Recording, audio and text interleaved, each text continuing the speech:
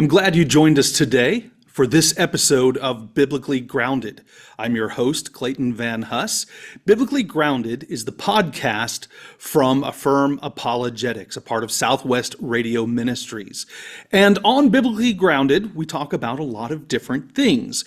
We generally focus on archaeology, but we are an apologetics-based ministry. And today we're going to be looking more purely at apologetics than anything else.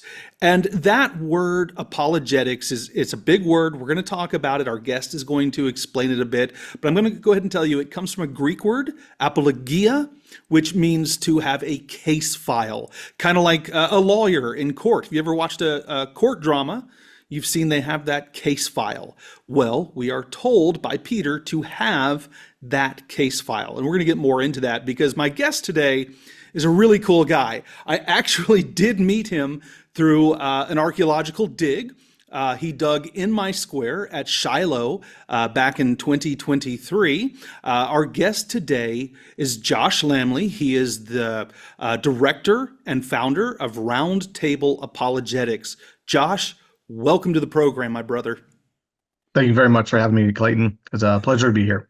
Well, it's great to have you. We're excited to see what you can teach us about apologetics. Go ahead and tell us a little bit about yourself, your background as a believer, and what led you into becoming an apologist. Sure. Yeah. So, I've always been around the church growing up, one way or another. I think the two biggest influences on my life were my grandparents. Absolutely. They did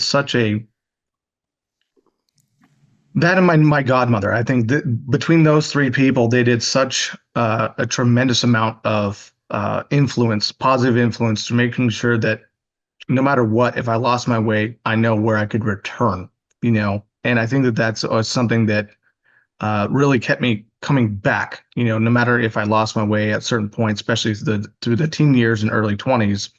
But really finding my place back in back where I needed to be. And so, I spent some good years away actually.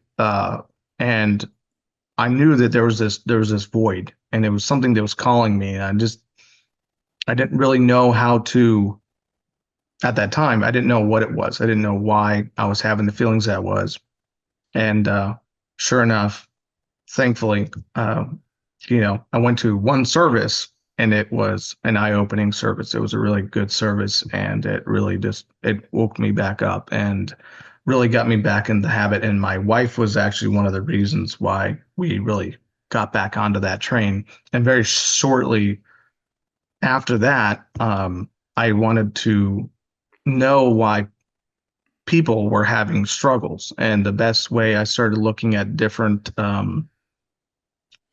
authors and different things outside of obviously the Bible, and it got me into the realm of apologetics very quickly, to which I was like, listen, these are some really good guys. I love the way that they ask questions, and they're like Lee Strobel, for example, read every single one of those books, and I thought that this is exactly the way that I like to think about things and break things down.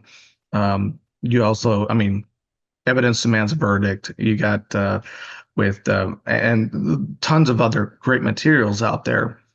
But for me, I had questions, and I wanted to be able to go into Bible, but also have the resources available. So that's where I kind of came into and started saying, okay, apologetics is where I really want to end up. Yeah, it's an important. I think it's an important topic that all Christians should be involved with to some point. We should all have a reason for the hope that is within us, as Peter said. But we also, there are those who are called to that particular ministry, and That's you're true. one of those. Yeah, we all fit into each generation has its own picture and each puzzle piece of that generation. And I feel like too many of us, we get sidetracked because we're like, oh, well, I thought we're a bigger part of this picture. No, we're just one piece of that puzzle. And that's what we got to remind ourselves is we need to fit in and do what we're called in to fill in that picture so that we can glorify God in the best way possible. Yeah, absolutely. He calls us all. He Yes. calls us to different areas. We might have different spiritual gifts, but we are all called to make disciples, right? And Yes. that's a lot of what apologetics is it not? Yeah. Yes, it is. Absolutely. 100%. Yeah, yeah. So when you and what you were talking about, your Mm, family, your grandparents, your wife, and being those influences on you. And that's just a thing that we see today. Many people who grow up in the church, yeah. we get to a certain age, and there becomes questions because you've always believed a thing, and you Right. start to seek answers. And Yeah. sometimes that ends disastrously. But when you have faithful people who loved ones who are praying for you, and I do believe that prayer is an extremely effective Yes. tool. I don't think there is a Very more much so. effective. It's our artillery, if you will. Yeah. When we're told in Ephesians to put on the armor of God, we're Hmm. told in all things to be praying. That's our attack, I think, and our Yeah. defense. So you found yourself now studying apologetics. So Hmm. that's a big word. We talked about a little bit about It where it is. came from. Can you describe it for the layperson? Maybe someone who's going, well, I don't know what apologetics are. I don't know if I need to be involved. Like, I don't know if this has anything to do with Sure. me. Can you just Yeah. start it at ground level and tell us about apologetics? Sure. So one of the kind of the opening ways that I get into talking with, it's kind of like, have you ever been involved with a conversation where someone's challenging your beliefs and they throw a tough question at you? And like one of the big ones, why does God allow suffering? That's Yes. sometimes a very hard one for a lot of Christians to be able to address.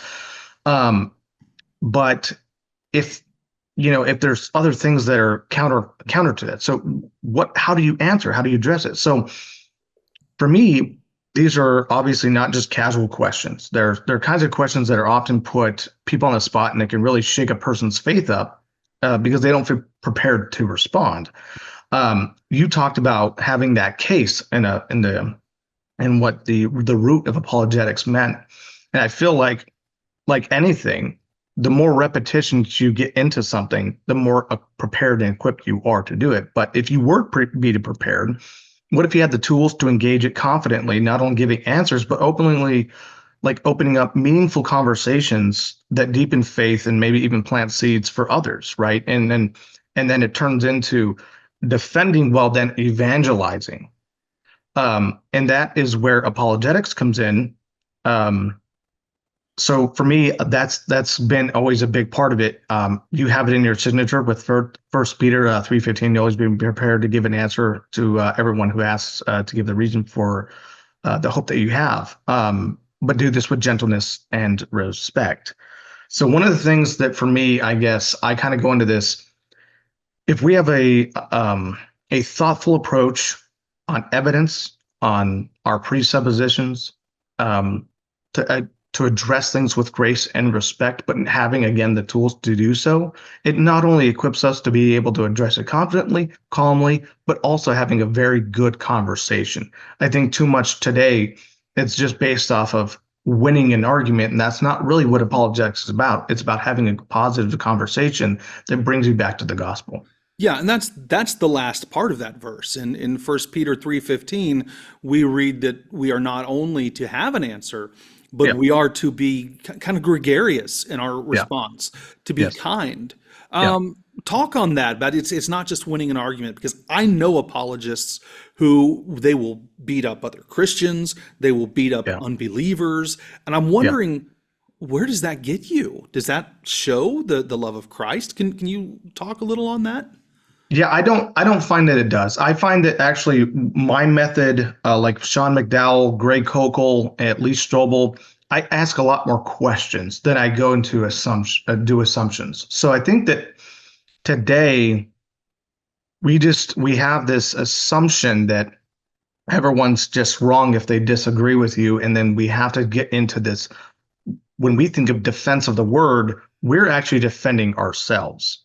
So it comes down to I'm defending my philosophy. I'm not defending the word of God because when we're defending, we know that God really doesn't need us to defend particularly, but he does want us to provide context to his word when people are misunderstanding it.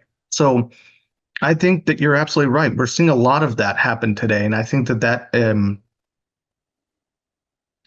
it's really putting a stain on positive relationships, not only flowing from the church, but evangelists, from apologists, where they are beating up on it. And um, I don't see that biblically. I don't even see that in the first couple hundred years of the church history that was really widely accepted um, or part of the main methodology. We just don't see that. Paul definitely never showed that. Peter never showed that. Timothy never showed that. So if we're looking at the Bible just as it, without the looking at the church traditions, we don't see that ever. So I feel like we need to get back to the roots and making sure that we understand our roots are really just there to be good stewards in having a conversation and leading somebody through a conversation, understanding their position, and then talking through it versus making it an actual argument. Yeah, I think you just hit on something extremely important. You talked about understanding their argument because human Mhm. beings we're very complex. None of us are the same. We're all coming from No, different places, and we should be meeting people where they are. yeah, And in I can't help but think, and this has been on my mind a lot lately, yeah, when Thomas came in and he told the other disciples, "Look, I won't believe that Jesus has raised from the dead until I put right, my hand yeah, in his wounds." And what did Jesus do? Did Jesus berate him? No, right, he came to where Thomas was, right, and we are all somewhere. yeah, And absolutely, today, in our culture in the United States, we are in pitiful shape. yep, People know nothing. They are taught things or told things more than taught that are just untrue and that are yeah. terrible. So let's talk about that, about people listening to their arguments, and especially in a culture where we might be really kind of disposed to just go on the attack when Yeah, someone comes to us with what we think are huge issues. And how do we handle someone who is very different from us, who does not have a biblical background, yeah. and the things that they are espousing are pretty terrible things? Where do we go there? I think, well, that kind of gets into the polemics too, but I would say that one of the things that we do not do enough is ask questions.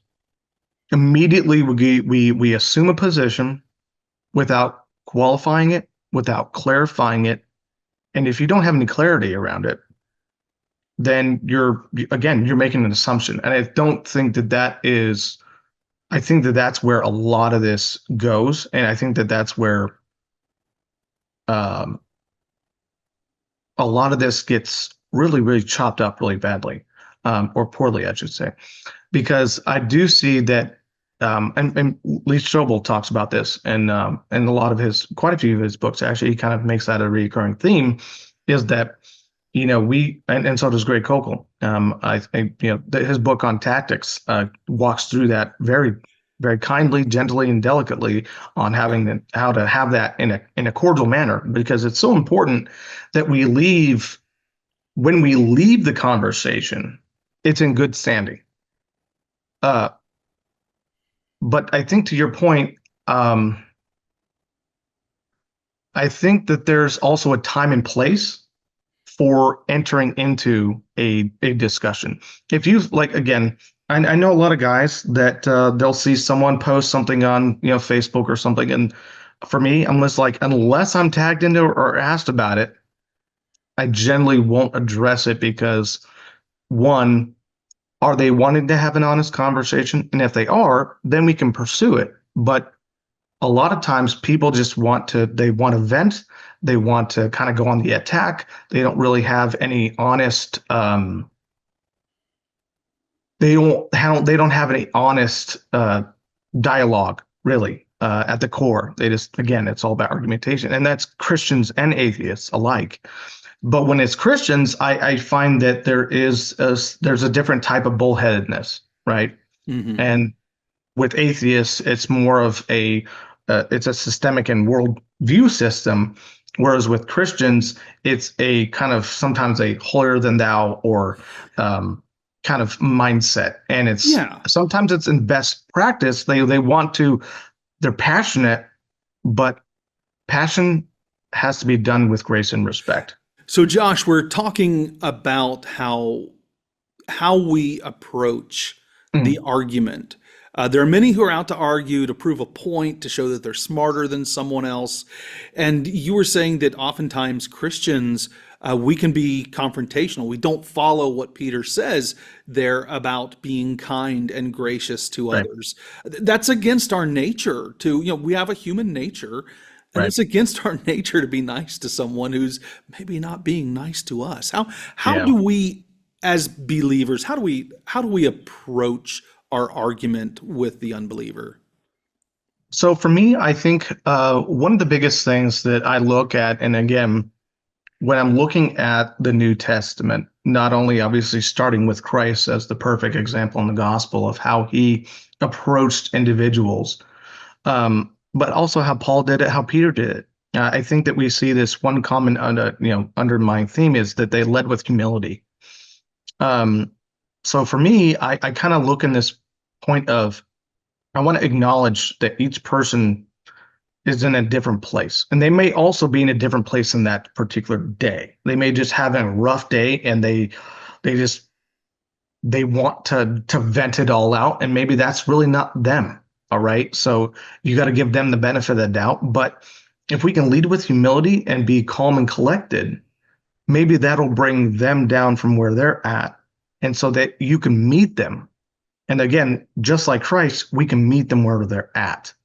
So instead of having this idea of they're the enemy, we know that we don't wrestle against flesh and blood.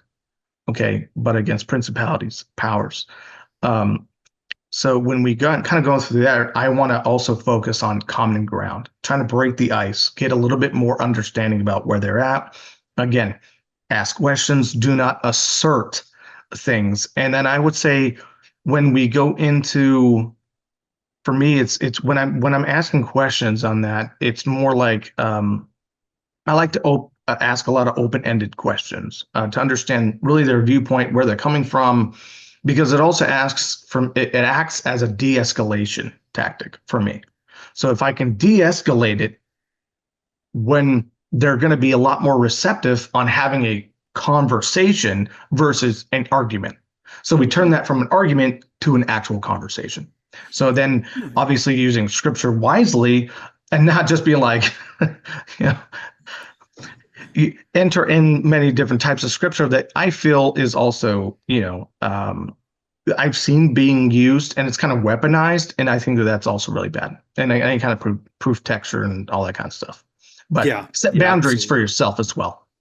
Yeah, and you talk about asking questions, and that really helps to kind of let some pressure off of a conversation, because one, it shows your companion, the person you're talking to, that you care about their point of view. Yeah. It shows that. But two, don't just ask a question and don't listen, because you are actually gaining information. What is their point of view?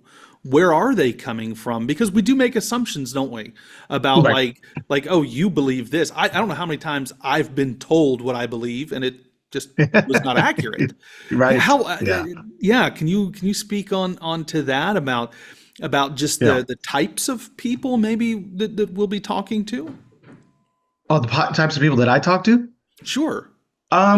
Man, it all depends on the scene, I guess. When I've been with at the University of North Texas with students, there's always a completely different range of questions versus a professor, who generally they think of them in a higher regard. So they already are looking down upon you, but sometimes they're very inquisitive and by nature. So for me, I want to, like you said, I want to understand their perspective, because for me,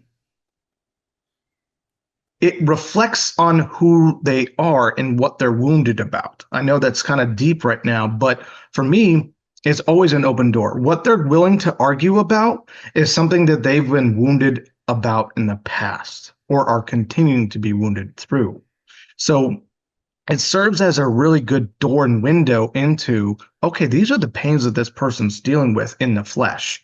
How can I meet them where they are and not only de-escalate that, but also work that in kind of a psychological way so that I can help them cope while having a conversation?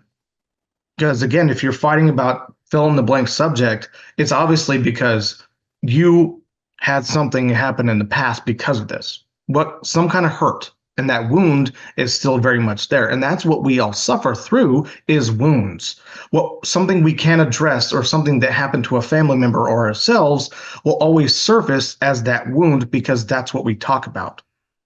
So it gives me a lot of information about what you're willing to argue about and why you're arguing on that. So again, I case through different questions so that I can find out how to apply what relevance I can to, and open up some positive insight for this individual, and then kind of promote that I respect this person because I'm asking versus attacking, and then promote this kind of a unity and get them into a different perspective.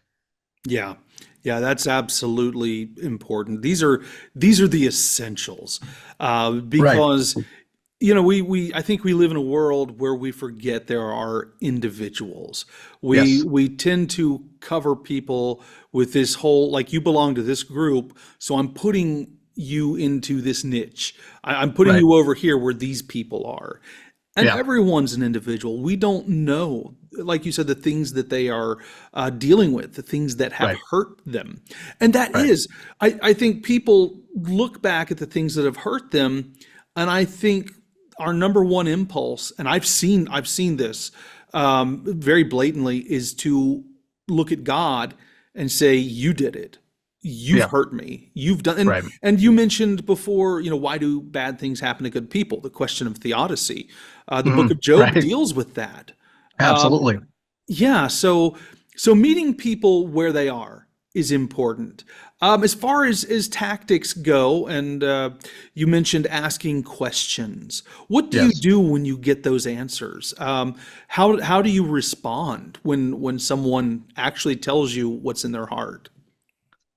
So again, I go based on what it's all scenario dependent. So for me, it could be, if how much time do I have with this person, right? So if I have very little time, I'm going to want to kind of put enough seed in there to where I can get them to follow up with me later on. But I would get their contact information or something thereof so we can continue a cordial conversation.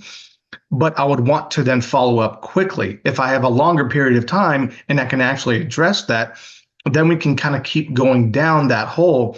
And that apologetic then just becomes now evangelism, because that's everything. It started out with evangelism. Apologetics is just an offshoot of that. And so for me, it comes down to making sure that whatever questions I'm asking, if I can keep going and finding out where this goes, I can bring it back into how Christ handled it, or what God has to talk about that, about what they're going through, and use scripture again wisely, um, for the benefit, because we're here to pour out into them and let the Spirit, hopefully, let the Spirit do the talking as good stewards. Yeah, and now you're going somewhere that I'm very interested in, and this is a thing that I think a lot of people honestly don't know. All right, so we're Yep. believers. We have been Mhm. given the Great Commission. Yep. Jesus gave that to his disciples, told them to go into the Yep. world and to make disciples. Yep. And so, how do we go from having a conversation with someone who does not believe like us, and you've talked about asking questions. You've talked about listening and being kind and having real answers, not just Right. brushing them off. Right. Where do we want the conversation to go ultimately? Where do we want to steer it? Um, for me, it, yeah, for me, it's always getting back into where I can maintain contact, right? Um, Getting them into different things. So depending on what their interests are, and that's always one of the things that I try to inquire about is finding out is this person, is he like science? Is it about this? Is it history? Is it philosophy? What is he like or she like? So that we can kind of tie it into giving the positive resources in exchange for that, right? Saying, okay, don't take my word for it. Here's the Bible if you ever, obviously to go there, but here's some other resources that I can guide them towards. When we both love archaeology. I know I know you like it probably a little bit more than I do. But when it comes down to, there's always good tools that we can get them back into it so that they have something to follow up on, that they can put themselves into, that also doesn't always require human contact, right? Because sometimes they just need that time to really to assess and really get a better understanding without having that pressure of somebody to talk to, right? And I think that that's where we get into this mindset. We just want them to convert, or we just want them to see God. We because we know the relationship, and it takes time. It's not a immediate game. Sometimes it does happen like that, but it's very rare. So you have to have patience.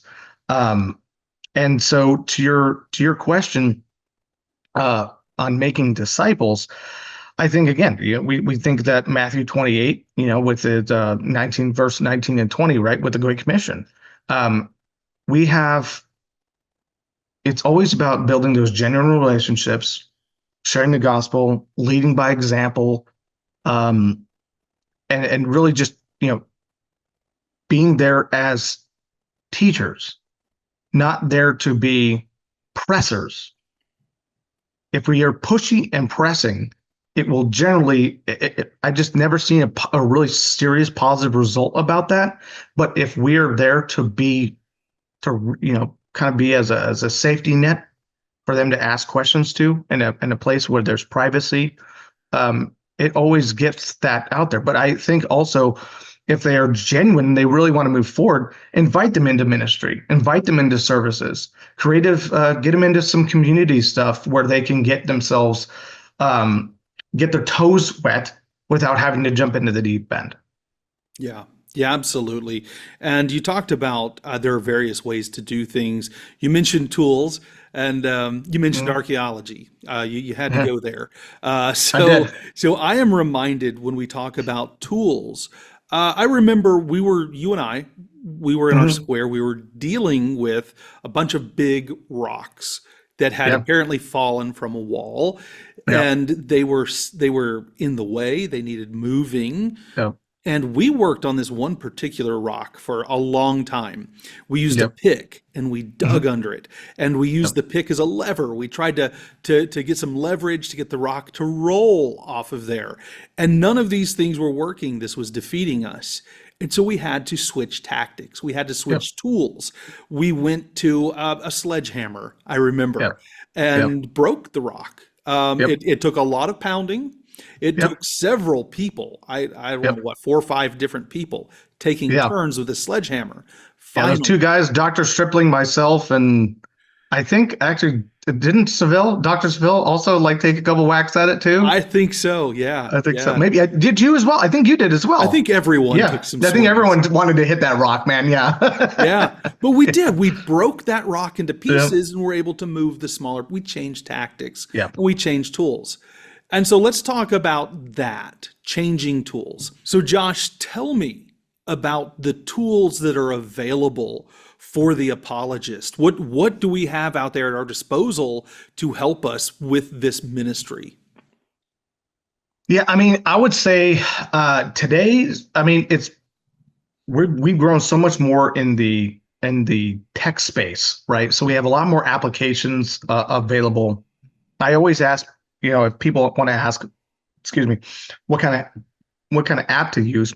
I'm like, if you want a free app, the Blue Letter Bible, the BLB, is a great little resource. But I mean, I have right now, let's just see. I have another one, which you would actually really like. It's actually called, what is it actually called? It's called the Bible Map. And what it does, I don't know if you can see, if I have to be here because of my back screen, but what it does, oh, there we go. Maybe, but anyways, it showed you, it's a great little tool because it'll tell you the scripture. It actually tells you all the archaeological stuff, what they found there, the importance of the location, the history of the location, and all the artifacts found at the location from all points in time. So, we're talking about Ephesus, it'll bring through, and it talks about all of the manuscripts and the other finds that they've done. And I think that's really good from that perspective. But as far as like apologetics, obviously there's the Stand to Reason, str.org, and I would point them to a lot of individuals like that. Lee Strobel's. And then, but there's the Apologetics Press. There's Got Questions, actually, is kind of a decent one now. But there's Karma. I mean, I have a series of I don't know, I think 20 different little ones that I send them to. I can pull it up, but at the same time, it's just a collage, and I don't have that readily available. I probably should. Yeah. Well, no, I mean, a simple internet search for apologetics resources. And you're right, those pages you've mentioned, so many of them, I've used them at times and shared things from them.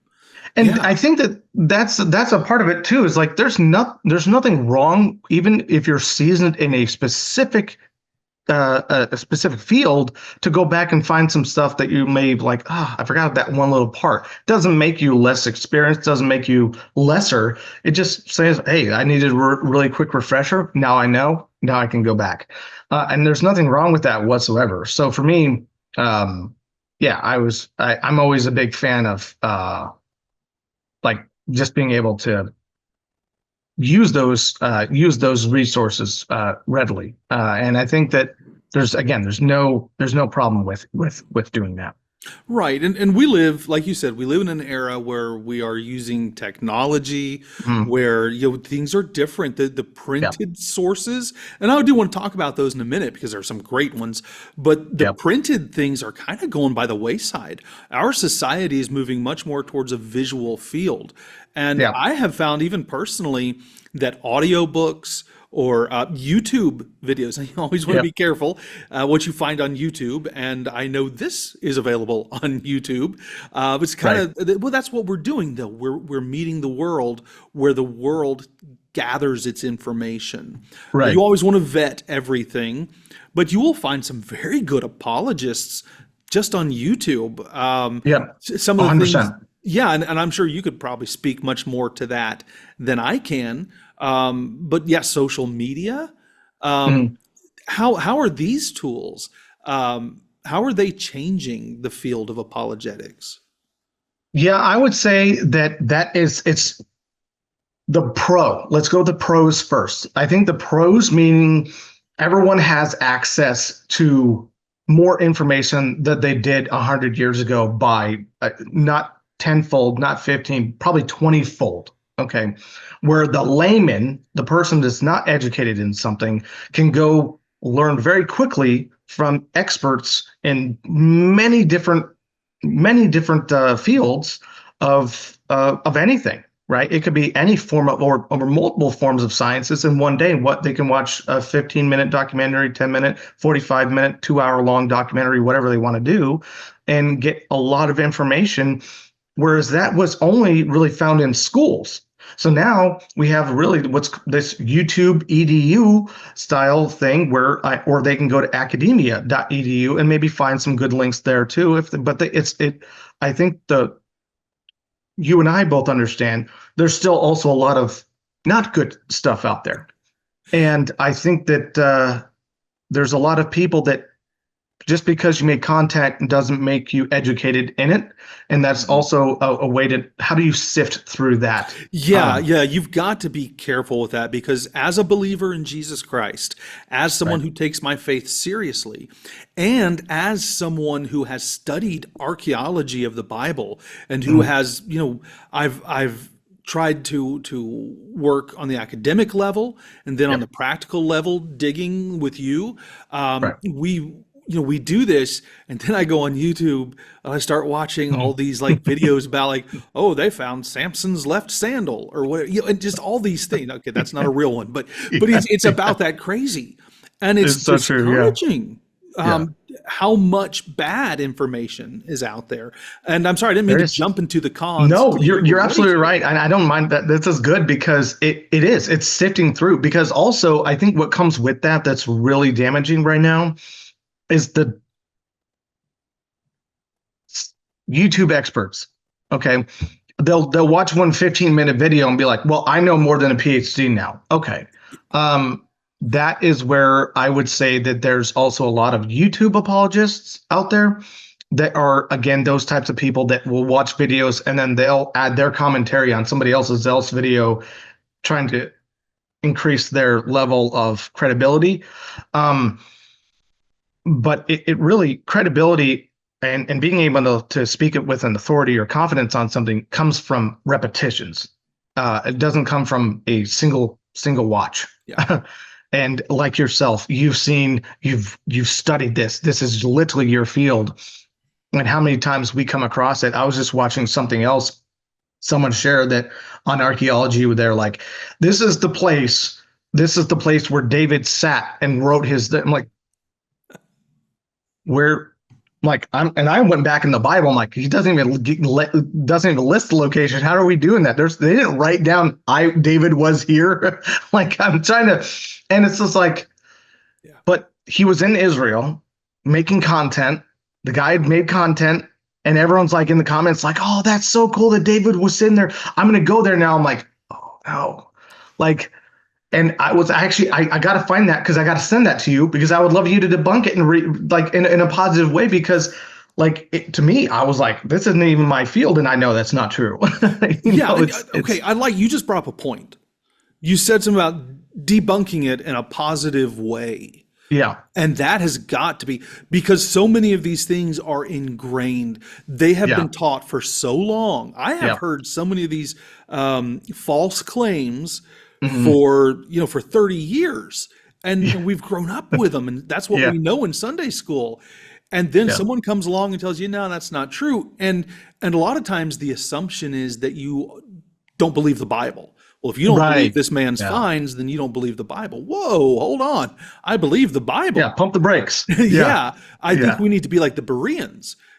Look at Acts 17:11, where Luke tells us that the Bereans, the Christians at Berea, were questioning the words of the Apostle Paul.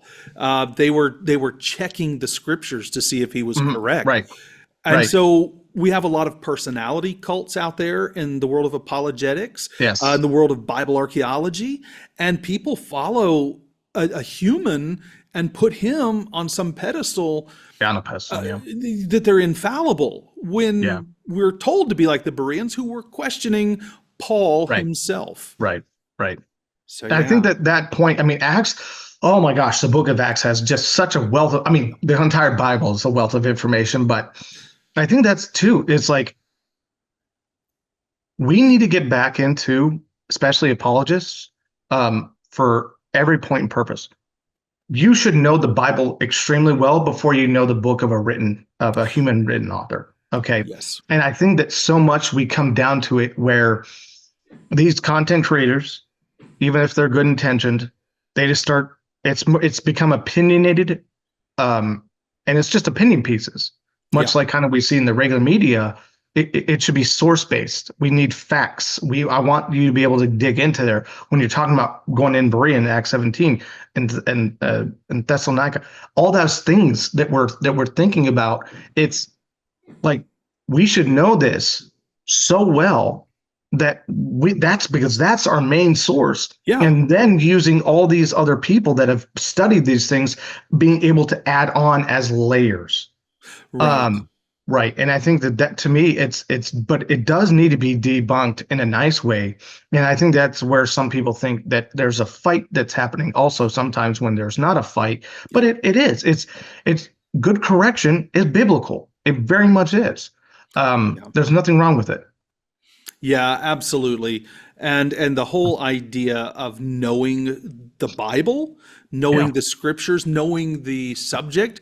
I think we've all heard this illustration in church 100 times that in order to be able to tell a counterfeit bill, someone has to be able to they look at real money.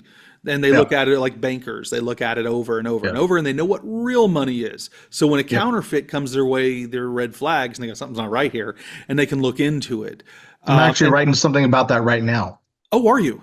Yep. Ooh, Pretty much how the devil is the counterfeit, right? And he has. So I'll get in another session, but there's a lot of things that we see, um, especially because he's bankrupt, and yeah, so he has to make counterfeits because he doesn't have the real thing. yeah. So the idea is know your subject, Yes. be humble in the way you communicate, be willing to Yep. listen to others, Yep. and be willing to accept new information that maybe makes you um, uneasy about things you thought were fact. Like we can trust the scriptures. I have no question Yes. about that. But we have to be very careful about what men tell us, even godly men. Right. Uh, yeah. So let's go ahead and let's wrap up Okay. this episode. Let's talk a little bit about Round Table Apologetics, what you do that can help our viewers and our listeners to to utilize what you are providing. Yeah, absolutely. So one of the things that I do, so the Core Valley kind of mission that we believe is empowering believers through share. So SHAARE, and that is science, history, apologetics, research, and evangelism. So when we talk about RTA share, it's specifically there to be a bridge between or bridging the gap between everyday Christians and academics. So our core mission really focuses on empowering Christians to confidently not only defend their faith, but be equipped and with tools and resources and good, like we were talking about, with tools and resources, so that people actually can acquire them, study themselves, and have a place where they can stress test those conversations and have a place to ask good conversations and be redirected to experts who also will be able to give much more context into a lot of these fields. So it's really just in understanding the importance of biblical truths in conjunction with history, with science, with philosophy, with anything that we see in the contemporary, but bridging that gap between everyday Christians and academics is one of our biggest goals. Yeah, I think that is hugely important. The idea that the academics are out there studying, they know their stuff, but they have to be able to get it to the lay people. They have to be able to get it to you and me. And We need to there's understand it. There yeah, and has to be. there's quite a few of them that are great at what they do, but they are not the best communicators of that sometimes, and or making it layman. They write as a PhD, they act as a PhD, and there's nothing wrong with it, but sometimes it's really hard to digest for someone that's just getting into it that's very interested. Great. So, with just a little time left, Yep. what can you tell us? Do you have a web presence where we can find you, where we can get involved with Roundtable Apologetics? Well, we do have our Facebook group, and we're actually building the website as we speak right now. So that will be up in the next, probably, I don't know, 3 months or so. Hopefully less than that. I would like to see it less than that, but there's a couple little mechanics that we're trying to get worked out. But we have right now, we're specifically only on Facebook as Roundtable Apologetics. Okay, well, I know I enjoy that group and get to hear from a lot of interesting people on there. Yeah, So, thank you for joining us today for Biblically Grounded. Our guest, Josh Lammle, has been explaining to us apologetics, telling us about some of the tools and tactics. And I look forward, Josh, to talking with you again. Thank you for being here, my brother. absolutely, man. It's always a pleasure. I love what you do, and I wish you the best of luck, and I'll continue to pray for it because I love what you're doing. Thank you.